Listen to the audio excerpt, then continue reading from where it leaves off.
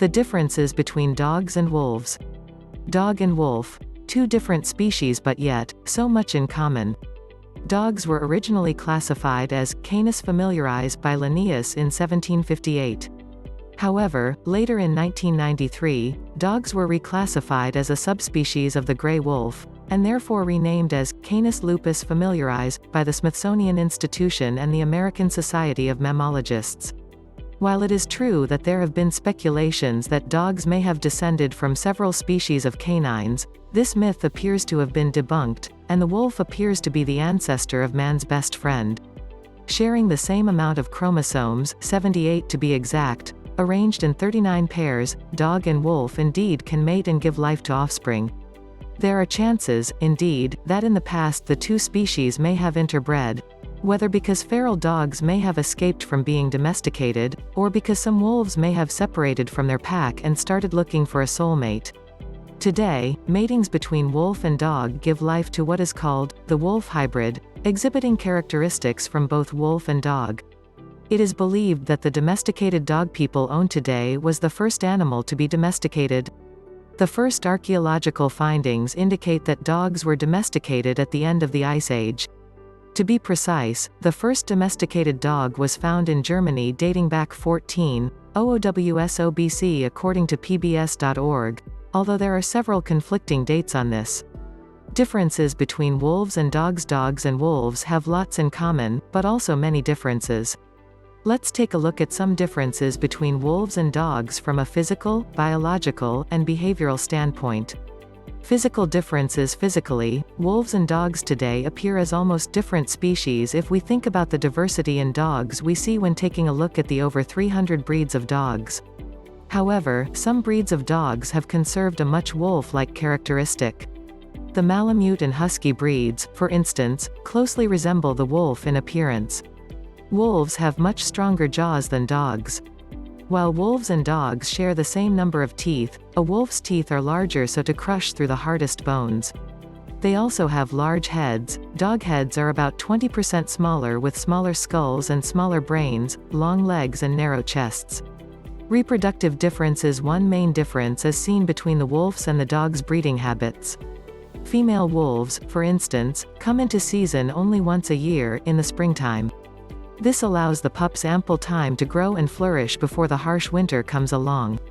Female dogs, on the other hand, typically come into heat twice a year, suggesting that domestication has allowed them better chances of raising their offspring. One exception is the Basenji dog breed coming into heat once a year. Wolves also typically give life to 2 to 4 pups per litter. Dogs, on the other hand, can give life to much larger litters, sometimes even up to 12 per litter. Again, perhaps this suggests that domestication has provided a more prolific environment to dogs than wolves in the wild. Behavior differences. One interesting difference between dog and wolf is the fact that dogs seem to resemble more juvenile wolves. It is almost as if dogs never go past their adolescent stage and remain permanent juveniles when compared to wolves. This may be due to the fact that over the years dogs were bred based on their docility and helpfulness. Friendly canines, of course, were easier to tame. Dogs also have a longer period of socialization compared to dogs, allowing them to longer time to get acquainted with humans and objects in their environment. Horowitz, inside of a dog. Wolves also rarely bark, whereas dogs have made barking an important form of communication with other dogs and humans. Dogs were also selectively bred for their barking, a quality treasured back in times when livestock had to be protected from potential thieves and predators. Wolves, however, appear to howl more than dogs. Behaviorally, wolves have a very strong prey drive, which is important to help them survive. They also have a strong instinct to procreate. Pack drive is very strong as well, and they give much importance to their position in the pack. After all, wolves are born into a pack where they often stay until they are a few years old. Similarities between wolves and dogs. Do dogs look like wolves? Other than several dog breeds that look like wolves, most dogs do not look like wolves at all. Despite the thousands of years that separate one species from the other, dogs still conserve many characteristics of wolves. Dogs still share many physical similarities with the wolf, even though these are more striking in breeds that look like wolves such as Siberian Huskies and Malamutes. These two breeds of dogs indeed are preferred to cross with wolves to give birth to wolf hybrids. Dogs, like wolves, still retain a good dose of pack drive and demonstrate the need of social relationships with other dogs and people.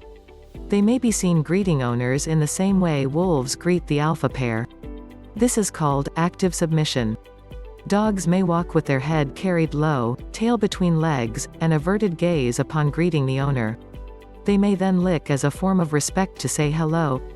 Dogs still have prey drive even though to a much lower extent than wolves. Owners can see this when their dogs prick their ears up upon seeing a rabbit or squirrel.